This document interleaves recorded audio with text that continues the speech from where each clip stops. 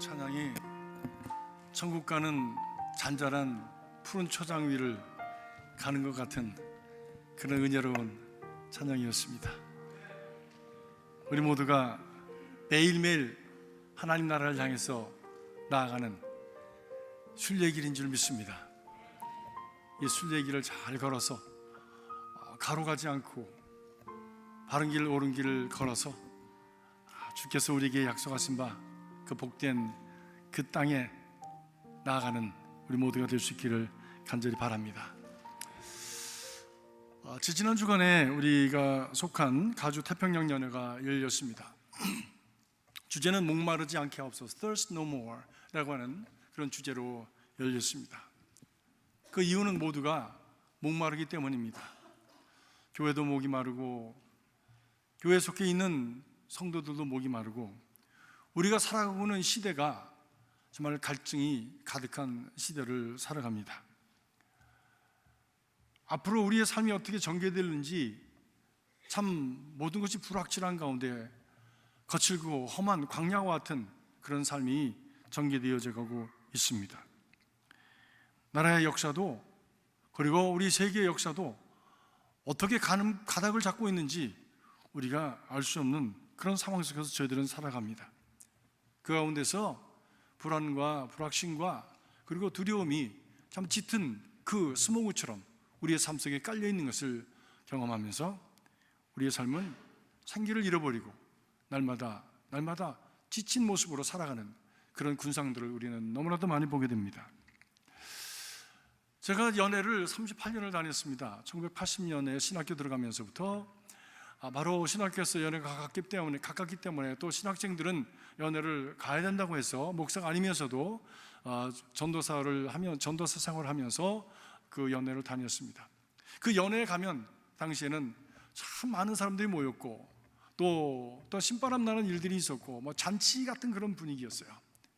그리고 아이들이 막 그 넓은 잔디밭에서 뛰어놀고 그리고 많은 그 선물들이 오가고 그리고 홍보가 오가고 사역들에 대한 소개가 막 얼마나 활발하게 일어났는지 모릅니다. 근데 어느 때서부터 이게 서서히 이렇게 그 기운이 죽어갔습니다. 그리고서는 그 셀러브레이티브한 그런 축제적인 그런 분위기보다는 뭔가 메인테너스 해나가는, 그래서 어떻게 하면 이것을 잊어버리지 않을까, 어떻게 하면 뺏기지 않을까, 어떻게 하면 그냥 유지해 나갈까라고 하는 그 급급한 그런 어떤 그 갈급함이 참 모든 교회의 모든 성도들에게 이게 편만해지는 것을 보게 되었습니다. 그러면서 사회의 그런 어떤 그 이슈나 도덕이 그리고 윤리가 사회의 어떤 기준이 교회로 들어와서 그것이 교회를 잠식하고 좀먹는 그런 것을 경험해 나가면서 바로 그런 어떤 의식들이 다 다르니까, 기준이 다르니까, 가치관이 다르니까 교회가 자꾸만 이렇게 갈라지고 잘못된 그런 어떤 그 기준 속에서 교회가 참 양분화되어지고 다양화되어지는 가운데 힘을 잃어버리는 것을 경험하게 되었습니다. 연회에 가면 제일 아주 참 신바람 나는 그런 예배가 있었는데 그 유스 서비스였습니다. 유스 서비스. 목요일 날 아침이나 금요일 날 아침에 유스 서비스 드렸습니다. 우리 젊은이들이 나와서 중학교, 고등학교, 대학교 젊은이들이 나와서 찬양 인도도 하고 또 성경도 읽고 사회도 보고 설교도 하고 광고도 하면서 그 시간에 아이들이 발랄하게 그렇게 찬양하는 모습 속에서 어른들이 노인들까지 다 일어나서 춤을 추고 정말 지팽이를 짚고도 춤을 추는 그런 어떤 신바람 나는 예배가 있었는데 그 예배가 없어졌습니다. 작년서부터 그 예배가 없어졌습니다. That means 젊은이들이 없다는 거예요. 청년들이 없다는 겁니다. 그도 그렇듯이 미국 교회 가보면 전부 노인들만 있지 젊은이들이 없잖아요. 젊은이들이 없으니까, 생산력이 없는 노인들만 있으니까 거기에 무슨 주일학교가 있을 것이며 결국에는 생기를 잃어버리는 아주 노랗게 시드는 그런 모습을 바라보게 됩니다. 저는 연회가 우리 에트닉 마이너리티를 도와주겠다고, 어떻게 무슨 계획을 가지고 있냐, 우리가 이런 펀드도 있고 저런 펀드도 있다, 그래서 도와주려고 애를 썼는데 이제는 하시는 말씀이 니들이 우리를 좀 도와줘라. 니들이 우리를 좀 도와줘라. 지난번에 말씀드린 대로 우리 연회의 그 largest church 10개 중에 8교회가 한국교회 아니에요. 니들이 좀 우리를 좀 도와줘라 라고 하는 이런 기근이 든 가운데 있게 되었습니다. 생기를 잃어버리고 생산력을 잃어버리고, 그리고 정말 생명을 기쁨으로 살아가야 되는데 그 기쁨을 잃어버리고 메마른 가운데 살아가는 그런 모습을 우리가 주변에서 보게 됩니다. 교회가 살아서, 성도들이 살아서 생기를 잃어버리는 세상을 향해서 여기에 소망이 있고 여기에 기쁨이 있고 여기에 살아볼 만한 그런 삶이 있다라고 그렇게 선포를 해야 되는데, 그렇게 선포할 만한 기운이 오늘날 교회에 잃어버려가고 있습니다. 오늘날 성도들이 당신도 한번 나처럼 살아봐 라고 담대하게 외칠 만한 그런 삶의 그런 모습을 보여주지 못하고 있습니다. 왜 그런가? 우리 안에 생기가 없기 때문입니다. 우리 안에 그 생기의 근원이 되는, 생명의 근원이 되는 에센스가 미싱되어져 가고 있기 때문입니다. 우리 생명의 에센스가 무엇입니까? 생명은 어디서부터 오는 것입니까? 생명은 물로부터 옵니다. 물은 인간 삶의 절대적입니다. 생명이 절대적입니다. 사람은 본질적으로 물 속에서 태어났어요. 어머니 자궁 속에서, 자궁 그 양수 속에서 자라납니다. 그리고 우리 몸의 70% 이상은 다 물입니다. 밥을 먹지 않고 40일 금식하고 50일, 60일까지도 금식하는 사람이 있다고 하지만 물을 마시지 아니하고는 3일을 견딜 수가 없습니다. 죽습니다. 물은 인간에게 있어서 생명의 원천이 되어집니다. 이 생명을 공급해주는 그 원천의 소스가 그만 메마르고 막혀버렸기 때문에 생기를 잃어버리고, 그리고 그 생명력을 마음껏 구가하는 삶을 살아가지 못하고 있다라고 하는 것입니다. 미래학자들은 얘기합니다. 앞으로 원유보다도 더 시급하고 원초적인 자원 고갈로 인해서 인류가 고통을 당하는 때가 곧 오게 되는데, 그때가 멀지 않았다라고 하는 것입니다. 이제는 나라들과 나라 사이에 이 원유 때문에 싸움하는 것이 아니라 물 때문에 싸움하는 때가 곧 온다고 하는 것이지요. 그 원초적인 그 자원이 무엇입니까? 물이라고 하는 것입니다. 기름을 안 써도 살 수 있습니다. 그 기름을 대신해서 다른 에너지를, 대체 에너지를 개발해낼 수 있습니다.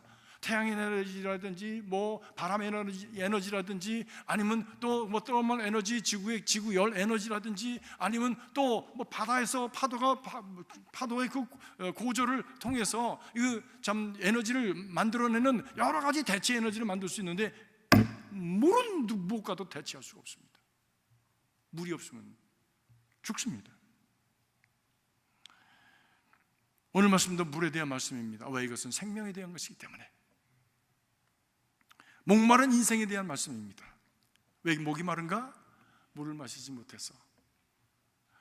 왜 기근이 들었나? 물이 없어서. 왜 각박한가? 우리 가운데 생명을 주는 그 자원이, 그 근본적인 자원이 고갈되어져 갔기 때문에 우리는 각박하게 살아가는 것이죠. 오늘 말씀에 나오는 예수님의 그 이야기, 전도길에 육신이 목이 말라서 예수님께서 사마리아로 들어가셨습니다. 아니, 사마리아로 들어가셔야 하겠는지라 의도적으로 사마리아를 향해서 들어가셨는데 힘이 드셔서 그 사마리아 입구에 있는 수가성이라고 하는 그곳에 있는 우물가에 앉으셨습니다. 그런데 그 물이 깊고 또 우물을 기를 수 있는 것이 없어서 그래서 쉬면서 사람 오기를 기다리셨던 것 같아요. 근데 마침 어느 한 여인이 대낮 12시에 빈 항아리를 메고 머리에 이고, 그리고 물을 기르러 왔습니다.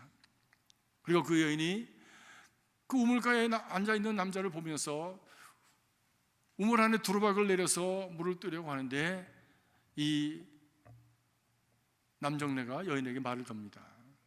내게도 물 한 잔 주시오. 피곤한 예수님께서 여인에게 물을 달라고 말씀을 전합니다. 예수님께서는 사람들과 대화하실 때 그 사람과의 공동 주제를 가지고 대화를 하셨습니다. 가난한 사람들과 얘기할 때는 떡에 대한 얘기를 하시고요, 농부들과 얘기할 때는 씨 뿌리는 얘기를 하시고요, 어부들과 얘기할 때는 고기 잡는 얘기 하시고요, 지금 우물가에 물 길러 온 여인은 물에 대한 얘기를 하시면서 인생의 본질로, 우리의 그 인생의 본질을 향해서 이야기하십니다. 그때 여인이 말합니다. 내가 보아하니 당신은 유대 남자인데 어떻게 사마리아 여인이 나에게 물을 달라고 하십니까? 이것은 그 당시에 유대인들이 사마리아인들을 무시했고, 사마리아인과 교제하지 않았고 사마리아로 통과하지도 않았고, 그것은 참으로 더러운 자들로, 그리고 저주받을 자들로 그렇게 여기면서 살았던 것을 대변하고 있습니다. 역사적으로, 지역적으로, 그리고 또 그 문화적으로 저들을 천시하면서 하나님 앞에서 더러운 사람들로 그렇게 여기면서 유대인들은 그들과 상종하지 않았습니다. 그런데 주님께서는 의도적으로 그 모든 이들이 범하려고 하지 않은 그 선을 넘어서 그들의 영혼을 바라보면서 그들에게 다가가셔서 그것에 이제 하나님의 복음을 선포하시려고 다가가신 것을 볼 수가 있습니다. 이 여자가 어째서 나에게 물을 달라고 하십니까? 라고 얘기할 때 주님께서 말씀하십니다. 내가 만일 하나님의 선물과 내가 누구인 줄을 알았더라면 오히려 내게 생수를 달라고 구하였을 것이다 말씀합니다. 그때 여인이 말합니다. 아니, 당신이 이 우리 조상 야곱이 준 그런 우물물보다 더 좋은 곳이 있습니까? 이 우물은 우리 야곱이 준 것으로서 우리 조상들과 우리 자녀들과 그리고 동물들까지도 다 이 물을 마시면서 여기까지 참 이렇게 복되게 살았습니다. 그런데 당신이 물들 그릇도 없으면서 어떻게 내게 그런 생수를 준다고 하시는 말씀입니까? 그때 주님 말씀하십니다. 내가 준 물을 마시는 자는 영원히 목마르지 아니하고 속에서 솟아나는 샘물이 되어지리라 말씀하십니다. 이것은 육신의 목마름을 말씀하는 것이 아니지요. 육신의 목마름을 넘어서 그 심령의 목마름이며 인생의 목마름을 말씀하는 것입니다. 육신의 목마름은 물 한 바가지 떠서 마시면 되지만 인생의 목마름은 무엇으로 그 가람을 죽일 수가 있습니까? 영혼의 목마름은 무엇으로 그 가람을 취할 수가 있습니까?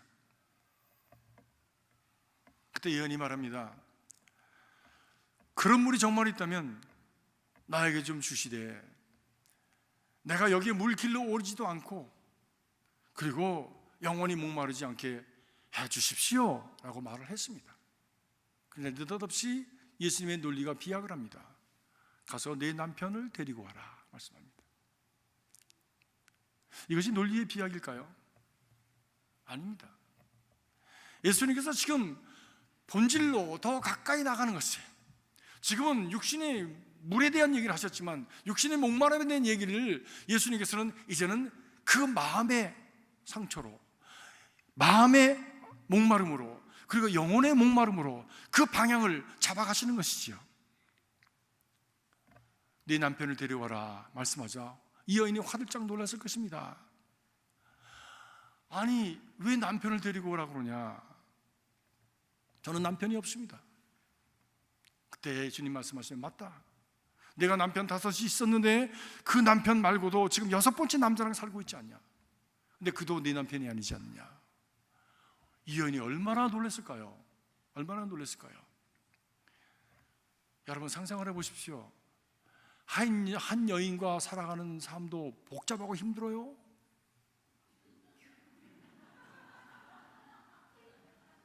아니 그럼 말을 이렇게 바꿔보십시다. 한 남자와 살아가는 삶도 복잡하고 힘듭니다. 그런데 그것이 만족하지 않아서 첫째 남자를 그 다음 남자는 좀 괜찮을까 생각해서 둘째 남자를 했는데 그놈도 마찬가지야. 그래서 그거 치우고 셋째 남자, 그런데 그 녀석은 더 이상한 놈이야. 5째까지 바꾸고 다 그놈일세 하고 6번째 취했는데 그것도 아니래잖아. 그동안에 이 여인의 그 마음과 인생은 만신창이가 되지 않았습니까? 그러니 그 삶이 누구를 만나고 싶겠어요? 그 상처를 가지고 대인 기피증이 생긴 거죠. 사람 보기 싫은 거예요. 사람의 환멸을 느끼는 거예요. 인간이 다 그렇지 뭐. 누구에게 희망을 걸 수가 있어? 누구에게 소망이 있어? 사람은 다 그렇지 하며 홀로 서기를 애쓰고 그리고 노력했던 이 여인의 모습을 볼 수 있습니다. 그러나 여전히 절망 가운데 있는, 아픔 가운데 있는, 상처를 부여안고 혼자 고민하고 갈등하고 번민하고 그리고 애쓰는 그 여인의 모습을 우리는 읽을 수가 있습니다. 그 인생에 자기가 해결해 보려고 애썼던 그 모든 것이 다 실패하고 이제는 아무것도 되지 않았어. 여전히 목마른 인생으로 그는 그날 정오에 목마른 그 육신을 채우기 위해서 수가성 우물가에 물을 들어 마시죠. 인생을 살아가는 모든 사람들은 다 광야길에서 목마름을 가지고 살아갑니다. 그래서 내 인생을 이렇게 살면 좀 목마름을 치울 수 있을까? 이렇게 살면 불안함을 떨칠 수 있을까? 이렇게 살면 확실함을 살아갈 수 있을까? 이렇게 살면 좀 그럴듯한 인생을 살아갈 수 있을까? 어떻게 해야 목마르지 않냐고 행복한 인생을 살아갈 수 있을까라고 하는 그런 갈증을 가지고 우리 모두가 살아가는 가운데 많은 상처와 아픔을 갖습니다. 이렇게 하면은 좀 희망이 있고 소망이 있을까? 그런데 그것도 좌절됩니다. 공부를 많이 하면 좀 나을까? 공부했는데 와보니까 이게 다인가? 돈을 많이 벌면 괜찮을 것 같은데 돈 많이 벌기도 전에 그만 실패하고 좌절하고 사람들에게 어려움을 당하고 상처를 받는 인생으로 좌절되는 사람들이 얼마나 많습니까? 날마다 베드로처럼 그 인생의 바다에, 창파가 있는 바다에 그 그물을 던졌지만 거두는 것 없이 실망과 좌절 가운데서, 아픔 가운데서, 상처 가운데서 자기 그물을 다시 씻어야 되는 그 허탈함 가운데 살아가는 인생들이 얼마나 많이 있습니까? 어디에서 내 인생을 시원하고 의미 있고 보람 있는 풍족한 삶, 내 인생의 가치와 그리고 그 참 우리의 그 인생의 보람을 온전히 이루어가는 그런 삶을 살아갈 수 있을까? 어떻게 내 존재가 정말 기쁨과 감사함으로 행복해하는 삶을 살아갈 수 있을까? 그 길이 어디 있는가? 목마르게 찾아가는 삶이 바로 우리의 인생 여정 아닙니까? 미국에 왜 오셨습니까? 공부는 왜 합니까? 사업은 이리저리 피곤하게 왔다 갔다 하면서 왜 하시는 거예요? 다 그런 이유입니다. 다 그런 이유입니다. 인생의 목마름을 채우기 위해서 우리는 오늘도 부지런히 이곳저곳을 달리면서 여기에 희망이 있을 것이라고 믿으면서 불안함과 두려움을 가지고 불확실한 가운데 여전히 달려가고 있습니다. 성군 다윗도, 믿음이 좋다고 하는 성군 다윗도 이렇게 얘기했어요. 하나님이여, 내가 사슴이 시냇물을 찾기에 갈급한 같이 내 영혼이 하나님을 찾기에 갈급하나이다. 목마른 인생입니다. 외로운 인생입니다. 그런데 많은 사람들은 이 인생의 해결을 위해서 이 여인이 남자를 5명이 받고 6명째 받고 그렇게 살아가는 것처럼 이 방법 저 방법을 취하면서 살아갑니다. 그리고 또 실망하고 그 다음에 아니면 그것을 정말 발판으로 해서 또 다음 단계로 또 다음 단계로 올라가 보려고 애를 쓰지만 여전히 목마른 인생을 살아가는 사람들이 얼마나 많은지 모릅니다. 하나님께서는 이런 인생들을 향해서 여러 번 말씀하셨습니다. 내 백성이 2가지 악을 행하였나니 곧 생수의 근원이 되는 나를 버린 것과 스스로 웅덩이를 판 것인데 그것은 물을 저축하지 못할 터진 웅덩이니라. 상처받은 인생이라는 겁니다. 깨어진 인생이라는 것입니다. 그래서 물을 저축하지 못하고 담아둘 수 없어서 늘 목마르고 늘 기갈이 드는 인생을 살아갈 수밖에 없게 되어졌다는 것이지요. 세상에 어떤 물질이나 세속적인 가치를 가지고는 우리의 가난 영혼을 면할 수가 없고 우리가 멀리한 하나님, 그 하나님으로 말미암아 온전히 우리가 회복된 인생을 그리고 정말 충만한 인생을 살아갈 수 있다라고 하는 것을 주님께서는 하나님께서 말씀하셨습니다.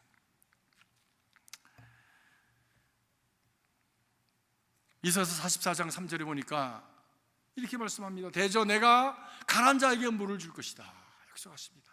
또 55장 1절에서는 너희 목마른 자들아 물러나오라, 돈 없는 자도 오라, 와서 사 먹되 돈 없이 값 없이 와서 포도주와 젖을 사라 말씀하십니다.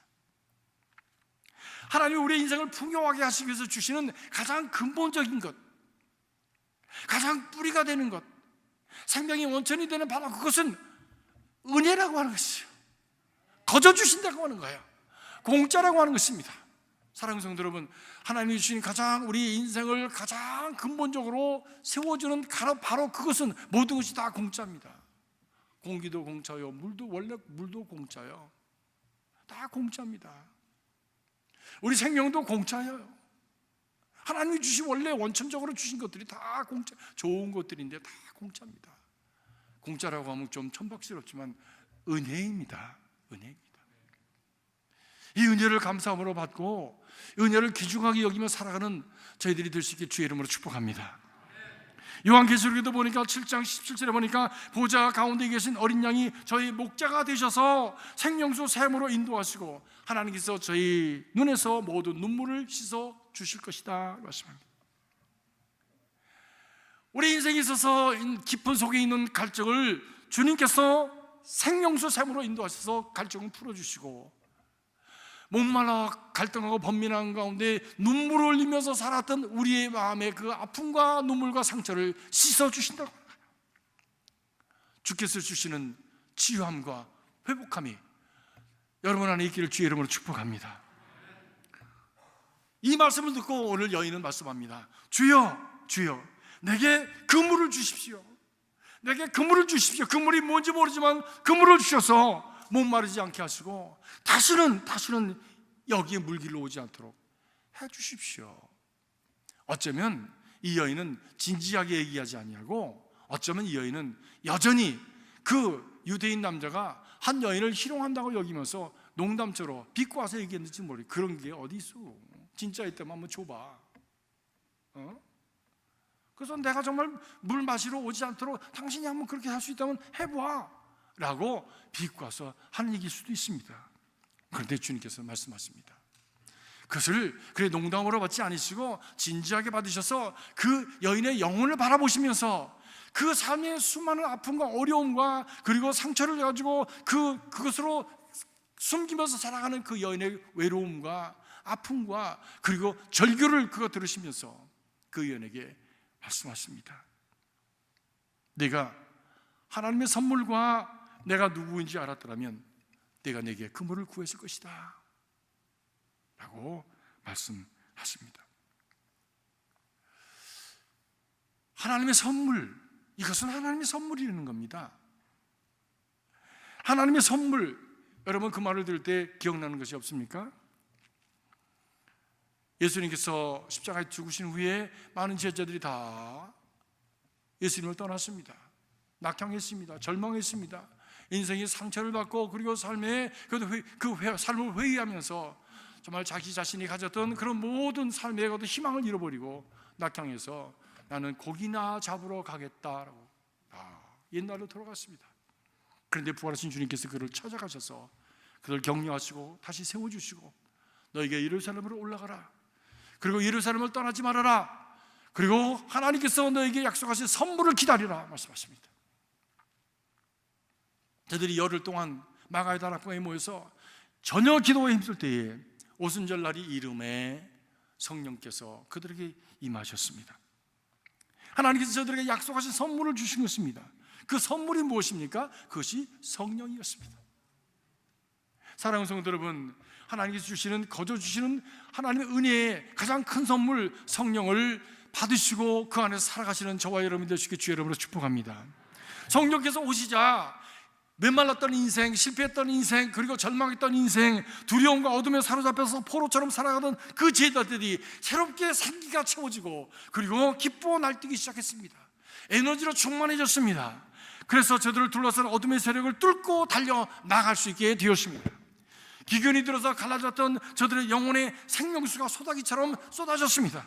넘치는 생명의 물을 들고 그들은 땅끝까지 나가서 그 생명의 물을 다른 사람에게도 나눠주면서 여기에 생명이 있다고, 이 물을 마시라고 저들이 죽음을 불사하고 가서 그 물을 전했던 것이죠.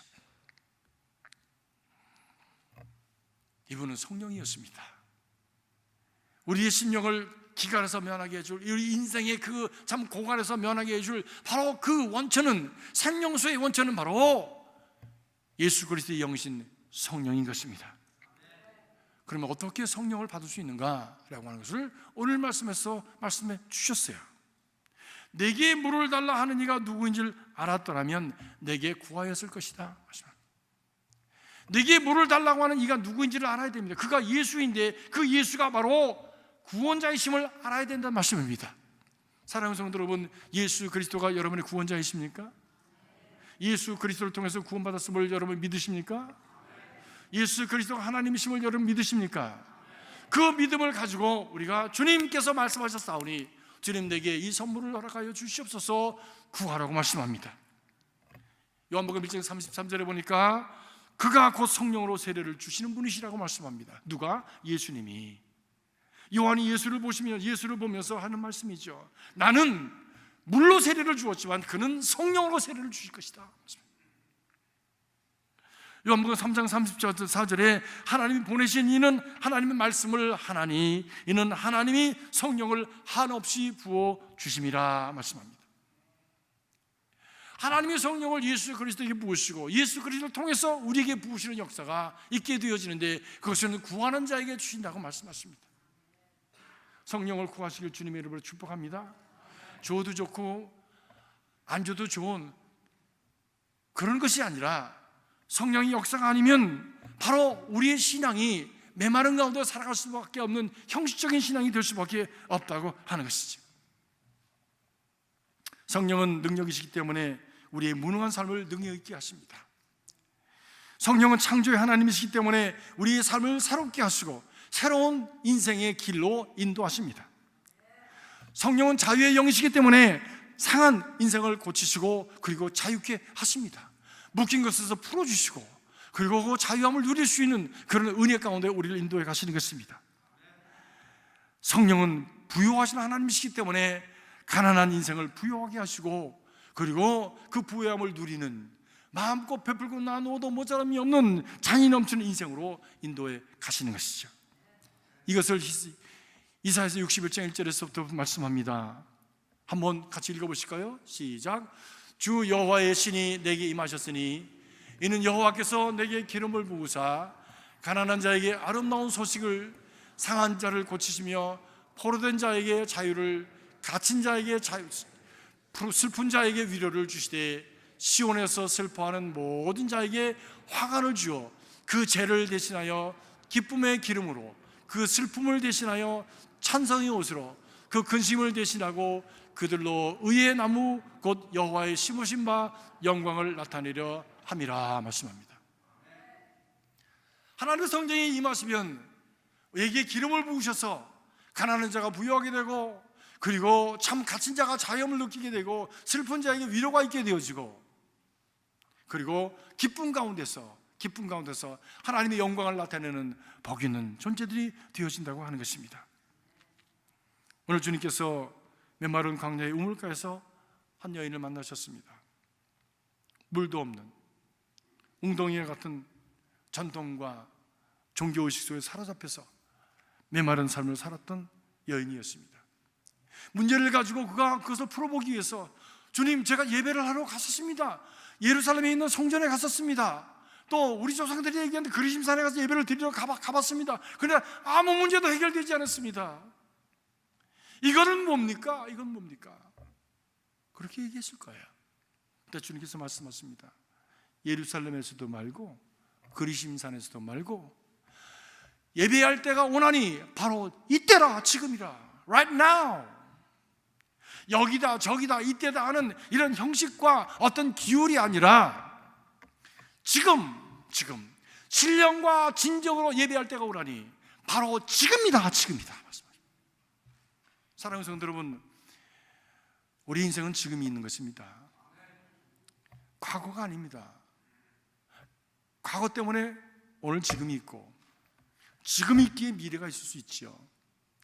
그러나 과거는 이미 지나간 것이고 미래는 아직 우리 손에 들어오지 않았기 때문에 우리가 누릴 수 있는 것은, 할 수 있는 것은 지금뿐입니다. 지금이 현재가 과거의 열매라면 미래는 현재의 열매가 될 것입니다. 신앙은 무엇이냐? 신앙은 바로 우리로 하여금 어떻게 현재를 바로 살아갈 수 있는지에 대한 지혜와 그리고 경각심을 일으켜줍니다. 오늘을 바로 살지 아니하고 어떻게 미래가 잘 될 수 있다고 그렇게 이해할 수 있습니까? 예언자가 있지 않습니까? 성경의 예언자들은 내가 이렇게 될 것이라고 말씀을 하지만 그러나 지금 고치면 미래가 변화될 것이라고 말씀합니다. 너희가 하나님을 떠났지만 그러나 지금 하나님께로 돌아오라, 그리하면 너희가 다시 살리라 말씀하십니다. 다시 말하면 오늘의 삶을 고치기 위해서 신앙이 있는 것이지 미래를 보장받기 위해서 있는 것이 아니라는 말씀입니다. 점쟁이가 아니란 말씀이지요. 하나님께서 그 미래에 대한 어떤 비전을 주시는 것은 오늘을 바로 살아가기 위해서 주신 것이라고 하는 것을 우리가 깨달으면서 우리가 믿음의 삶을 통해서 오늘을 어떻게 살 것인가 라고 하면서 고민하는 그런 거룩한 고민을 갖는 저와 여러분이 될 수 있게 주의 이름으로 축복합니다. 그런데 과거의 여전히 매여서 살아간 사람도 있어요. 옛날 것, 이 여인처럼 이 우물은 우리 조상 야곱이 준 것인데 이것을 통해서 우리 조상들도 그리고 동물들 다 먹고 그리고 여기까지 왔습니다. 이거 만족하지 않습니까? 라고 하는 것이죠. 야곱의 우물은 전통을 의미하는 것이지요. 상징하는 것이지요. 이 여인이 들고 왔던 이 항아리는 그가 가지고 있는 어떤 신앙의 체계를 의미하는 것이죠. 여기 가면 될까 저기 가면 될까 나름대로 신앙이 그런 어떤 그 형식을 가지고 그것을 풀어보려고 애를 썼는데 그것이 아무런 소용이 없었어. 사랑하는 성도 여러분, 우리가 어떤 형식이 필요합니다. 왜? 그릇이 필요합니다. 그릇이 있는 이유는 무엇입니까? 그 안에 내용물을 담기 위해서 있는 것 아닙니까? 이 그릇이 있는 것은 이 안에 물을 담기 위해서 있는 것 아닙니까? 그것은 분명한 에센스가 있는 것이지요. 그 그릇 안에 내용이 담길 수 없다면 그 그릇은 골동품이나 아니면 장식품에 불과한 것이지요. 그러나 그 그릇도 꼭 있어야 됩니다. 내용을 담기 위해서. 그 그릇이 없다면 내용을 담을 수가 없죠. 그러나 그릇이 존재하는 목적은 내용을 담기 위해서 있는 것이지요. 사랑하는 성도 여러분, 이 여인이 지금까지 비난가리를 들고 타는 거예요. 잠깐 해결된 것, 여기 가면 될까 저기 가면 될까 이렇게 하면 될까 저렇게 하면 될까, 잠깐 된 것 같기도 하고 안 된 것 같기도 하는 삶을 오고 가면서 방황하며 살았던 그 여인에게 주님께서 말씀하십니다. 내가 주는 물을 마시는 자는 영생토록 목마르지 아니하고 그 심령에 샘물이 터져 올라올 것이다 말씀합니다. 여기가 아니고 저기가 아니고 신령과 진정으로 예배할 때가 오나니 지금이다. 사랑하는 여러분, 여러분 예배할 때 지금 집중해서 드리시길 주의 이름으로 축복합니다. 지금 여기 현존에서 우리 가운데 오고 가시면서 우리를 만져주시는 그 하나님의 영에 집중하는 여러분의 신앙, 그런 믿음이 되시길 주의 이름으로 축복합니다. 그때 우리 가운데 새로운 어떤 역사가 이루어질 수 있는 길이 열려지게 되어지는 것입니다. 그 안에 담겨야 될 내용이 무엇입니까? 바로 그것은 하나님의 영입니다. Spirit of God, 하나님의 영입니다. 그리고 성령 안에 있는 살아있는 현존적인 지속적인 영적인 관계입니다. 그래서 그 관계가 현재로서 지속되어지고 또 지속되어지면서 미래를 향해서 나가면서 미래의 새로운 역사가 일어나게 되어지는 것이죠. 한 번은 수년 전에 아리조나 호피 인디언들 선교를 갔습니다. 그곳에서 마을 지도자 부인이 병들어 아프다고 하는 그런 얘기를 듣고 그 집에 우리 교부들과 신방을 갔습니다. 가서 이 얘기 저기를 하다 보니까 글쎄 그 아들이 바로 어저께 암으로 죽어서 장사를 치루었다고 하는 거예요. 그 아픔을 가지고 지금 이렇게 눈물을 흘리고 있는 그 집안에서 또 들어보니까 그 부인도 지금 암 선고를 받은 상태에 있다는 거예요. 얼마나 암담합니까?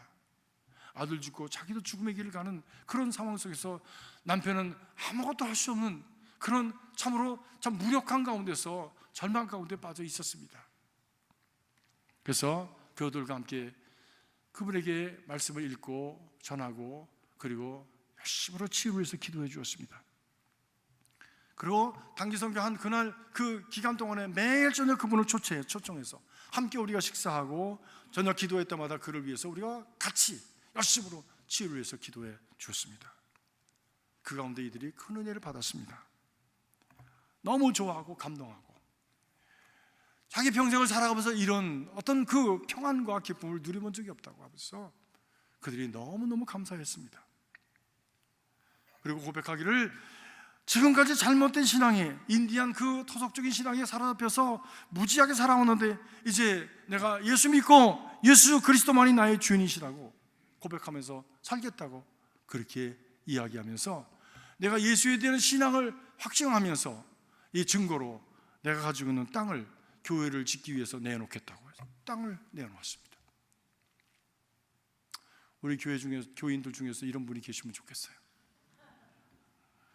집도 내놓고 땅도 내놓는 그런 일이 있었으면 좋겠어요. 그래서 그렇다고 해서 가난해지는 게 아니라 하나님께서 더 크게 은혜 주시고 축복을 경험하는 그런 살아있는 신앙으로 서서 가는 그런 믿음의 역사가 우리 교회에 많이 일어났으면 참 좋겠습니다. 그래서 교회를 짓게 되었습니다. 그래서 땅을 줘서 고맙다고 했더니 손을 내저으면서 그분이 하시는 말씀이, 그것은 원래 내 것이 아닙니다. 그것은 원래 하나님의 것입니다. 내가 몰랐습니다. 이제 하나님께 내가 이것을 다시 돌려드립니다 라고 고백을 했어요. 이제 믿은 지 얼마 되지 않는 사람이 어떻게 그런 고백을 할 수 있는지, 저는 그 고백을 들으면서 신앙의 그 성숙은, 그리고 신앙의 그 깊은 깨달음은 오래 믿은 것과는 관계없구나. 하나님이 주신 은혜가 있으면 바로 깨달을 수 있는 거구나. 그러나 하나님이 주신 은혜가 없으면 아무리 오래오래 믿어도 형식만 남지 내용이 없는 신앙을 살아갈 수 있구나라고 하는 것을 깨닫게 되었습니다. 물론 경건 생활, 모습, 거룩을 살아가는 것은 훈련이기 때문에 시간이 걸릴 거예요. 왜? 그것은 훈련이니까.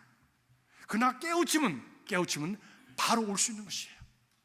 사랑하는 성도 여러분, 순간순간 하나님이 주시는 이런 참 깊은 영적인 깨우침을 가지고 살아가는 저와 여러분이 될 수 있기를 주의 이름으로 축복합니다.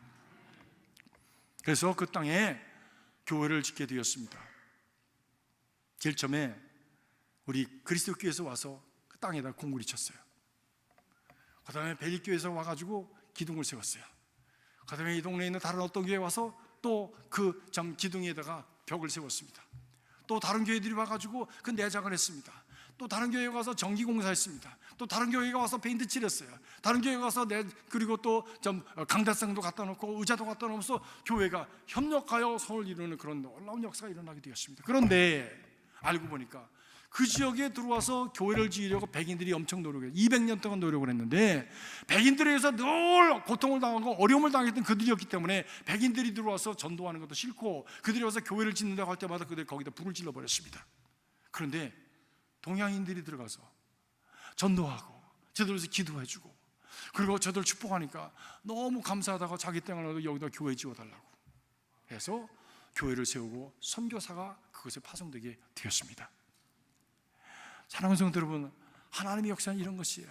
그래서 이것을 매년 그것을 가면서 그 마을의 지도자를 만나서 축복했습니다. 그리고 저들에게 말씀드렸어요.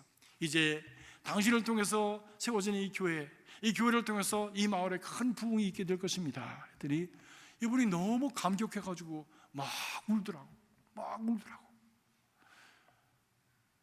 사랑하는 성도 여러분, 눈물이 있는 신앙이 되었으면 참 좋겠어요. 구원의 감격이 있어서 흘리는 눈물이 있고, 감사해서 늘 흘리는 눈물이 있고, 하나님 앞에 자복하는 회개의 눈물이 있고, 그리고 하나님 앞에서 정말 기쁨의 눈물을 흘릴 수 있는 그런 눈물이 있는 신앙이 우리에게 있었으면 참 좋겠습니다. 왜냐하면 그것은 바로 하나님의 은혜가 우리 가운데 임하는 통로가 되기 때문입니다. 그렇게 되다 보니까 전 미국에서 찾아오는 거예요. 뉴욕에서 거길 찾아오고, 애리조나인데 뉴욕에서 오고요, 저기 다른 주에서도 찾아와가지고 그것이 참 크게 부흥을 했습니다. 얼마나 아름다운 역사인지 몰라요. 그곳에 메마른 땅에, 애리조나에 메마른 그 광야에 막 샘터가 터져서 많은 사람들이 은혜 받고 하나님의 살아계심을 증거하는 그런 아름다운 증거의 그 자원이 되었습니다. 사랑하는 성도 여러분, 인생이 목마르십니까? 은혜의 생수를 찾으시길 바랍니다. 생수의 근원이신 예수께 그 샘터로 인도해 달라고 하는 간구를 하나님께 하십시오. 하나님, 그 가운데서 하나님과 깊은 교제를 나누게 되어지고 하나님께서 주시는 생수 가운데 우리가 잠김으로 말미암아 우리의 삶에 새로운 부흥의 역사가 일어나게 되어지는 것입니다. 에스겔 선지자는 이 삶을 이렇게 그렸습니다. 성전 동편에서 흐르는 그 작은 물이 흘러서 시내가 되고 강이 되고 바다로 흘러가서 썩어졌던 바다가 다시 살아나고, 바다가 살아나니까 물고기가 돌아오고, 물고기가 돌아오니까 고기를 잡으려는 어부들이 다시 찾아들고, 그리고 그 강가에 나무들이 뚝 서면서 나무들이 흥황하게 세워지고, 그 나뭇잎이 물을 창창 푸르게 자란 그 잎사귀들은 다 약초가 되어지고, 그리고 열매들은 다 생명의 열매들이 되어졌더라 라고 말씀합니다. 우리가 작은 믿음으로 시작하지만 강과 같은 믿음, 바다 같은 믿음, 나가서 정말 썩은 바다를 살리는 그런 생명력 있는 존재로 살아감으로 말미암아 우리 삶이 약초가 되어지고, 그리고 우리의 삶이 정말 풍성한 열매를 맺어서 많은 이들에게 베풀고 나누어주는 생명의 catalyst, 매체가 되어지는 그런 삶을 살아갈 수 있기를 주님의 이름으로 축복합니다. 그래서 보람과 기쁨과 감격과 감사가, 어떻게 나를 통해서 이런 일이 일어날 수 있을까라고 생각할 수 있고 감동할 수 있는 그런 역사가 여러분의 삶 속에 풍성하게 충만하게 우리 교회 안에 풍성하게 일어날 수 있기를 주님의 이름으로 간절히 기원합니다. 기도하겠습니다. 이 시간 잠깐 우리 눈을 감으시고 여러분의 입술로 한번 기도하시기 바랍니다. 주님, 우리 주님은 나의 구원자십니다. 우리 주님은 나의 피난처이십니다. 우리 주님은 내 인생의 반석이십니다. 우리 주님은 나의 산성이십니다. 우리 주님은 나의 하나님이십니다. 주님, 구하옵나니 내게 생명수를 허락하여 주시옵소서. 성령의 생명수를 허락하여 주셔서 내 인생이 살게 하시고 또 주변을 살리게 하시고 많은 사람들을 생명으로 인도하는 귀한 복된 삶이 되도록 축복하여 주시옵소서. 한번 우리 하나님 앞에 간구하시겠습니다. 살아계신 아버지 하나님, 이 시간 말씀 전했습니다. 전해진 말씀이 저들의 심령 속에 아버지라며 머물게 하시고 그 말씀이 아버지라며 생명수가 되어서 하나님의 성령의 아버지로 도구가 되도록 축복하여 주시옵소서. 아버지 인도하여 주시옵소서. 우리 힘과 능력으로 다 되지 못하는 우리 인생임을 고백합니다. 아버지라며 참으로 아버지라며 이 거친 바다에 아버지라며 참으로 그 그물을 던졌지만 빈 그물만 거두는 어리석은 아버지라며 참으로 아프고 어려운 인생, 상처 많은 인생이 되었습니다. 아버지 하나님, 아버지 하나님 간절히 말하고 남다니 우리 심령 속에 아버지라며 점수 주의 성령을 부어주셔서 우리 심령의 생수가 터지게 하시고 우리 생명의 아버지라며 역사가 우리 가운데 일어나도록 인도하여 주시옵소서. 우리의 아버지라며 참으로 가정이, 우리의 아버지라며 참으로 사업이, 우리의 삶이 아버지라 주 안에서 새 생명을 얻게 하시고 부흥하게 하시고 생육과가 번성하게 하시고 열매를 맺게 하시고 많은 이들에게 베풀고 나누어주도록 모자람이 없는 하나님의 축복의 통로가 되도록 하나님 사용하여 주시옵소서. 주께서 역사하시기 간절히 소원합니다. 인도하여 주시옵소서. 주님 도와주시옵소서. 주님 목마릅니다. 성령의 생수로 채워주시옵소서. 내 영혼과 삶 속에 하나님의 부여와 생명력으로 충만케 하여 주시옵소서. 더 이상 우리의 인생의 목마름을 해결하지 못하는 다른 것들로 자신을 채우려 하지 않게 하옵소서. 구태한 것들을 걷어버리게 하시고 벗겨버리게 하시고 수가성 여인처럼 깨어진 웅덩이를 가지고 자아를 가지고 하나님 앞에 나아올 수 있게 하여 주시옵소서. 이 생명수 되신 예수 그리스도께 달려가게 하시고 하나님의 그 은혜로 치유와 생명과 삶의 환희를 누리게 하시고 우리 삶의 목표를 분명하게 발견하며 하나님께서 원하시는 삶, 우리 인생에 이루기를 원했던 바로 그 참 목적을 이루는 복 있는 삶이 이루어지도록 인도하여 주시옵소서.